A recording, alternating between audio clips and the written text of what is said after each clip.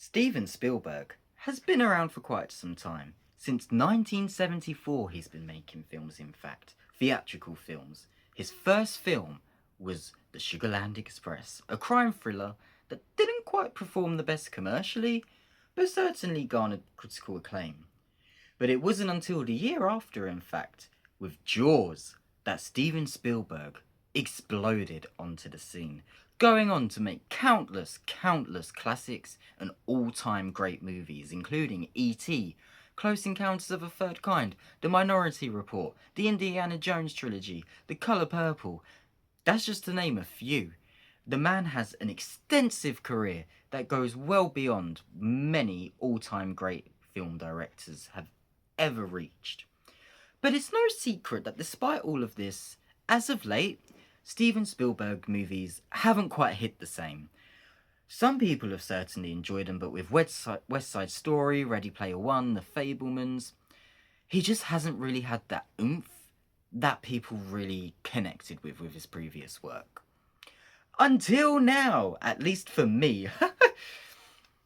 So he has returned with Disclosure Day, originally announced in 2024 as a Spielbergian UFO movie adventure. And I would say that's a kind of accurate description of the film, but also it's not an accurate description of the film at all. In fact, I would argue that Disclosure Day is actually kind of a lecture. But I guess it's up to you. Some of you may be like, oh, I like the sound of a lecture. Others of you may be like, I don't want a lecture, and especially not from Steven Spielberg. So take with that what you will. Now, of course, this is a spoiler review. We're going to be discussing some spoilers, particularly so we can discuss why I like the film so much.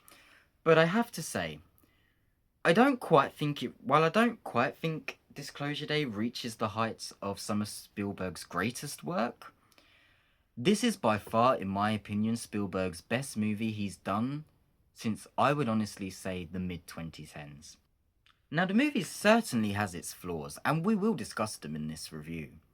But I do think that overall, this movie, the strengths it has, particularly for me, hit just the right spot for me, and I really loved it. So it's from the opening moments when we end up in this stadium and Josh O'Connor is trying to escape from this government organization people, and we're like, ooh, what's going on? I think that's going to be your very telltale sign for whether or not this film's going to be for you. Because it's very much corny 80s sci-fi Spielberg movie. If that sounds like it's right up your wheelhouse, you may love this film. If to you that sounds like, oh my god, that's terrible, you're probably not going to like this film.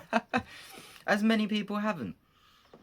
But I personally found that to be right up my alley, and because I'm such a big fan of aliens and UFOs and conspiracy theories, everything about this movie just really worked for me. It really clicked. Now, that's not to say the movie is without its flaws, like I said. It has flaws, particularly the third act. So, of course, in the third act, we get this big reveal that, I say big reveal, it's the reveal the movie has essentially been edging you for the entire time. And the reveal is basically that the aliens have been here all along, and that they're actually the good guys, right? And that they don't mean any harm, and the things that have been done to them is shocking, and they expose it, and it's supposed to be this sort of very kumbaya, everything is love sort of ending. And I quite liked the ending, but I can absolutely see why people didn't. Particularly the last line of the movie being "listen" is so heavy-handed in its approach and its message. I can imagine a lot of people groaning with that ending, be like, oh, this was terrible. Why have we just sat through this? I personally really liked it, and I also have to say I'm really glad that Spielberg did go all the way in showing the aliens, because I think a lot of creators would not have. I'm glad he did. And as I said, I personally was in awe of this third act, particularly when we were watching all the different UFO visuals of all the declassified footage that they were showing, and I'll be interested to know if that was all filmed for this film, by the way, because I do want. Obviously, there's so much now declassified UFO footage out there. I do wonder if they put some real footage in there, because I think that would have. I would have if I was Steven Spielberg. Why not? um, I was in awe of this scene, particularly the one visual, and this is when I decided personally. Well, there's two actually, three if I'm being completely honest. Visual moments that for me were this movie is incredible.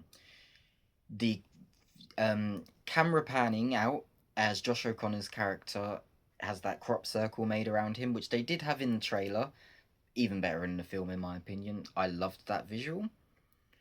The invisible fight? It's not really a fight or a chase, but of course, in this sort of third act lead up, when Emily Blunt and Josh O'Connor and Coleman Domingo are trying to escape the facility and they're using the alien technology to become invisible, particularly when they left it and there was that sort of, I think it was their truck splashed water, but you couldn't see the actual truck, but you saw the water splash. I thought that was an incredible visual.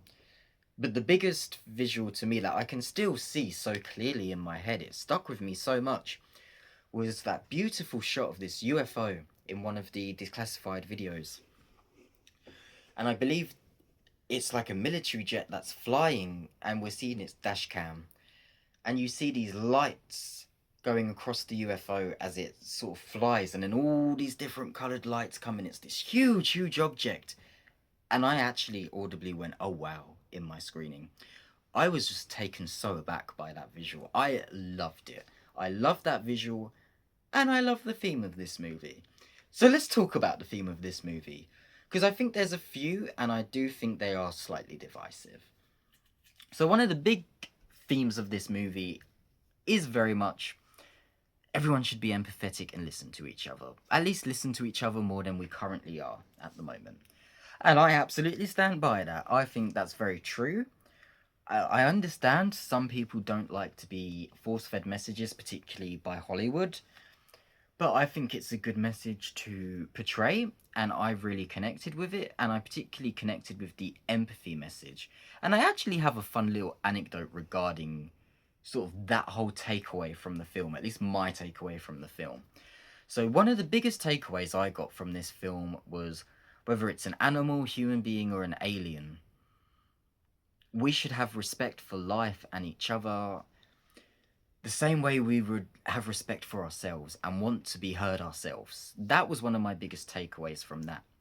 And that we're all essentially just, no matter who you are in life, and no matter what you are in life, whether you're an insect, a human, a bird, no matter what, or an alien, the likelihood is we're all just trying to survive. And my fun little anecdote is I've had a fear of spiders for a very long time. I still don't like them, but I've been trying to work on that fear for a while, and I have a shed in the garden. And there was in the UK we have false widows. We don't have black widows, we have false widows. They're not actually like dangerous spiders, but they have bites that hurt. But you know, in my process of I've been slowly trying to get over my fear of spiders, after seeing the film I went into my smoking shed and the spider was there, and usually I would run in fear. I would be like, oh my god, squash it, get me out of here, blah blah blah. But I looked at this spider and it just sort of ran up the wall of the shed, hid in the corner, started building a web, and I just sort of left it alone. It got on with itself, I got on with myself. It's still there to this day. This was like a week ago.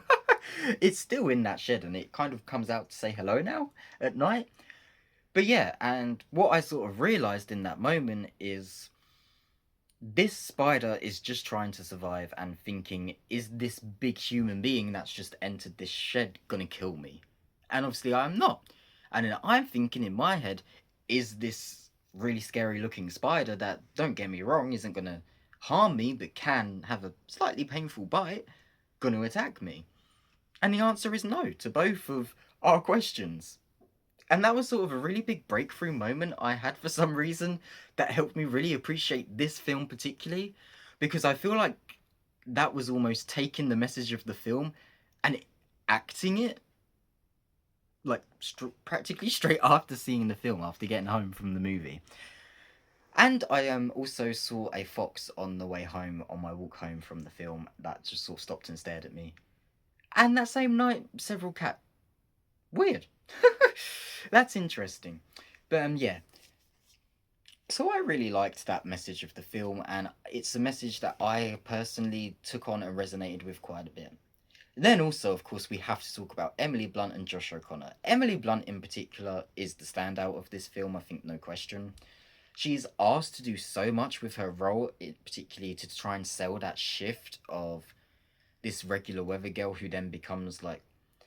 Well, it's interesting. I almost thought at first they were going to go for a pluribus style hive mind theme when she was sort of talking to everyone and knowing everything and being psychic. But then once you started to realize the theme of the film, I think her power of essentially disarming people by talking to them really is just another way to hone in on the theme that Spielberg is going for and his writers are going for. I think it's actually quite a clever way to show what they're talking about, because instead of using violence or any threats as such to de escalate situations, Emily Blunt's character oftentimes, in fact, I think only ever, uses information and communication to actually de escalate situations, which, of course, when you get to the end of the film, seems to be something Steven Spielberg is really trying to hone in on.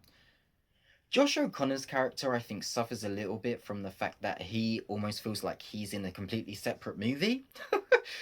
Like his story and Emily Blunt's, they tried to, of course, piece it together with the, and we'll call it what it is, by the way, an abduction. I don't care whether it's portrayed as a positive thing in this film. The fact of the matter is they were abducted as children and experimented on, which is weird of the aliens, and I would be concerned about that as a human being. And I think that should have concerned more people in the film. Particularly, when you think about the technology they have as well, these aliens, like, I think they should have been a bit. I understand Spielberg was going for the idea of don't be afraid, but there should have at least been. I think he could have shown why we don't have to be afraid, right? So it would have been better if he had shown why this, as scary as this technology is, why we wouldn't have to worry about aliens using it, but we don't, right? We don't really get to see any of that, and I think that's contributing to some of the negative word of mouth on this film. And then, as I said, his character, even though they try to connect it with that scene, his character's story does feel like it's almost a completely different movie, and I don't think it quite connects in the way it does. Now for Colin Firth. I have to say, I don't know if I liked him in this role. I think he was miscast. I think he's a great actor, he's a brilliant actor, of course, but I just don't know if he plays this type of role well. This is supposed to be someone who can really sell us on. Well, it's interesting. It feels like he was playing a character of this pretty much stereotypical evil government guy. But obviously, as the movie goes on, and particularly in the end, after he has his chat with Carmen Domingo's character and everything, he sort of comes around, right? And he's like, okay, well, they're going to find out, blah, blah, blah. I was never sold on that, though. To me, they were like two different characters. In the same way, Josh O'Connor's character feels like he is a character from a different. His character is part of a different movie. Colin Firth feels like he's a character from like E.T. or something that's been put into this movie, and it's like, what are you doing here? And then, of course, there's that scene he has with Josh O'Connor's partner's girlfriend or whatever, where he's controlling her. This was like the most horrifying scene of the entire film to me. I was like, oh my gosh, how are they? This technology is crazy, and the government's just okay with them using this? Because at first I was wondering if Wardex were supposed to be like the government, but it seems like they are just a private military company that obviously have a lot of power. So that was interesting. Carmen Domingo, I will say, was the MVP for me, particularly because I really liked his little speeches. I think his speeches were great. I think he's just having a great go at the moment. You know, he's been in a lot of really good projects. I think he was one of the highlights of Euphoria season 3. So I really enjoyed seeing him here. I think his character was really great. I wish he had a bit more to do in the end, and you know, that's a bit frustrating. But you know, his character had a clear purpose, and I think he served his purpose, and it was very good. I also have to say, I do think people are slightly overselling the political aspect of this film. And even the religious aspect of the film to a degree. It does touch on these things slightly. But politically, I would say it doesn't really touch on it at all. So I don't know why some people have been calling this a political movie. I guess the political nature of what it's trying to say, of we should communicate more, sure. But by saying it's a very political movie, that almost seems like almost misinterpreting what the movie's trying to do. And then as for the religious aspect, they touch on it, and I actually really liked the scene. So for context, I am religious, I'm Greek Orthodox, and I actually believe in aliens, I believe in all that stuff. I actually really enjoyed, I cannot think of the character's name, but the nun they were talking to when they're saying, you know, would finding out aliens are real make you stop believing in God? And she says that in the Bible it says humans were God's supreme beings on earth. And I really liked that because I felt like it was a great way of establishing that religion can absolutely still exist even with alien life, and that it doesn't have to be a negative thing, right? So I really liked that. I thought that was quite effective, and I found that really interesting. That conversation with the nun was particularly the point during this film where I sort of sat up in my chair and was like, okay, Spielberg, I'm interested to see where this conversation goes. Now, also, the tension in this film I found really good. Now, as I said, this is kind of like edging the movie. They could have called it edging the movie because it takes forever to get to the source. But they could have. They could have. That's what they could have called this movie, because it does take a long time, and this movie very much hinges, particularly your enjoyment of this movie, will hinge on whether or not you feel like the twist was worth the wait. I felt like the twist and the ending was worth the wait, but I can absolutely see why people don't like it, particularly because, as we'll discuss in a moment, the third act is easily the biggest problem of this movie. But the tension is really good throughout, obviously, as we're trying to figure out what this secret is, as we're slowly learning more, we're slowly seeing what the technology can do, etc. And then, in my opinion, there are two excellent action sequences. I call them action sequences because they're not really action sequences, but there's stuff they're the more exciting moments of the film. And I already touched on the first one, which is, of course, when they're in that facility and they're trying to escape and they're using the alien technology to their advantage. I really loved that scene. I thought they were really cool visuals. And then, of course, there's the scene you've seen in the trailer where they drive through the house with the car and there's an extended chase scene. That scene was really great. I'm glad I didn't watch too many trailers. I only watched the first trailer and the final trailer for this movie, because from what I've heard, they showed a lot of that scene in all its marketing. But I really enjoyed that scene. That was really great. It was really great camera work watching the one take as it goes through the house. Really great work there. Okay, let's talk about the third act. So, the third act worked for me, but there is no denying that the third act is easily the weakest part of this movie, and even though it worked for me, it made no damn sense. I can admit it, it made no sense. The third act of this movie is ridiculous, particularly because there's just no way in 2026 that some of these things would happen the way they happen. For example, of course, Emily Blunt goes to take over the news, and she basically takes over every news station in the world, and from this one control station at this little news station they like manage to take over the feed for everything and get everyone on board, everyone to report on this thing. That would never happen. It would never happen. Also, so many people would be fighting for the right to exclusively have this story. Like, it's insane. Also, there's no way the government would have allowed this to happen, of course.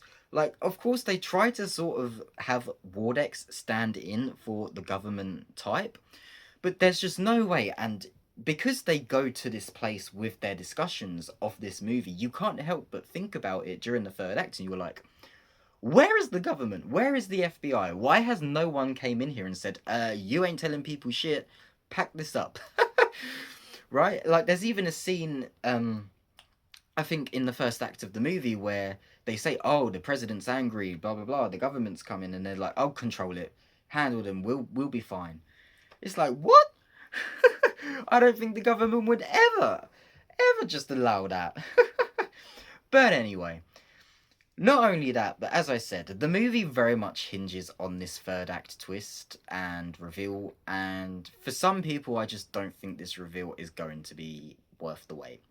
I think we've seen that in a lot of reviews from other people. I think even people who have enjoyed this movie have said they didn't find the reveal worth it. I have to say, and this is very stupid on my part, I actually did get emotional at the end of this film. Particularly when they have the first proper interaction with the alien.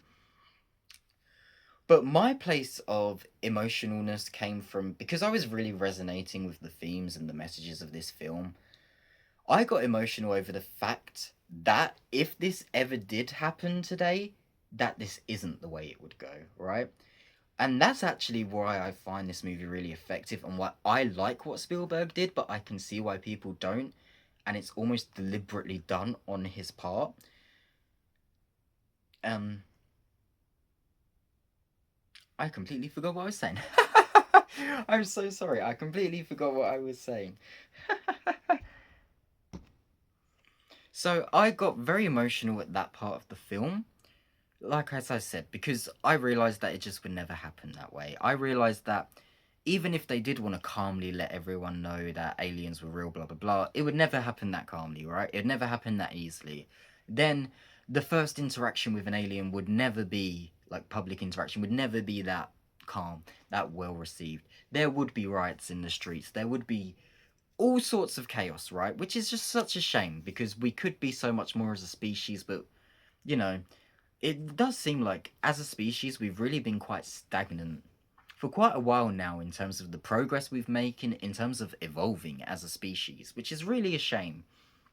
And I hope that at least, if you haven't seen Disclosure Day yet and you go and see this movie after watching my review, I hope that that's something you can at least somewhat take into it with you, so that even if you don't enjoy the film, I hope I can at least help you see some of the themes it's going for and maybe why some people really like it and what it's trying to get at, right? It's trying to, like I said, be very everything is love, which is very corny and very unrealistic, particularly for 2026, but it's something that someone like me can't help but be a little bit heartwarmed by. So, that's pretty much my thoughts on Disclosure Day. I don't want to keep going on too much about it because we'll just sort of keep going over the same things over and over again. I have to say, I really connected with this movie personally. I found a lot to love about it. But again, I think this is clearly a very divisive movie. So I think your enjoyment of it, I think, will depend on how much into UFOs and conspiracies you are and that sort of thing, as well as how much you can enjoy a sort of camp 80s sci-fi, everything is love style, almost hippie adventure film in the modern day. I think if that sounds right up your alley, as I said earlier, this movie will probably very much be for you, and I highly encourage you to check it out. If it sounds awful to you, I don't think you'll have much fun with this movie personally, which is a shame. But you know, there is stuff to look for. I think even if you don't enjoy the movie, I think the visuals are quite nice, and I would encourage you to go and see it because it's an original film, and original films are doing such good business at the moment, so it would be really nice to see the movie do well. So yeah, that was my spoiler review of Disclosure Day. I hope you guys don't think I've gone too crazy. You know, with some of the stuff, talking about aliens and religion and stuff, but I personally found the conversations this movie brought up really interesting, and I hope you did too. So yes, that's Disclosure Day. My score for it is going to be, I think I'm going to give it a 9.5 out of 10. It does have problems, like I said, it has a lot of problems. I don't know if it's my favourite movie of the year yet. I really love Forbidden Fruits. It could be though. I think on a rewatch, I'll know whether it's my favourite movie of the year. but 9.5 out of 10 seems like a nice score for me for it. Remember, this is a very divisive film. You may not have this same reaction to it. In fact, you're very unlikely to have the same reaction I had to this film and to have that positive of a reaction to it. But you could. So thank you for watching. Be sure to like and comment down below. You can check out some more reviews and news and a box office breakdown about Disclosure's opening weekend right now on my channel. Thank you so much. See you next time. Bye.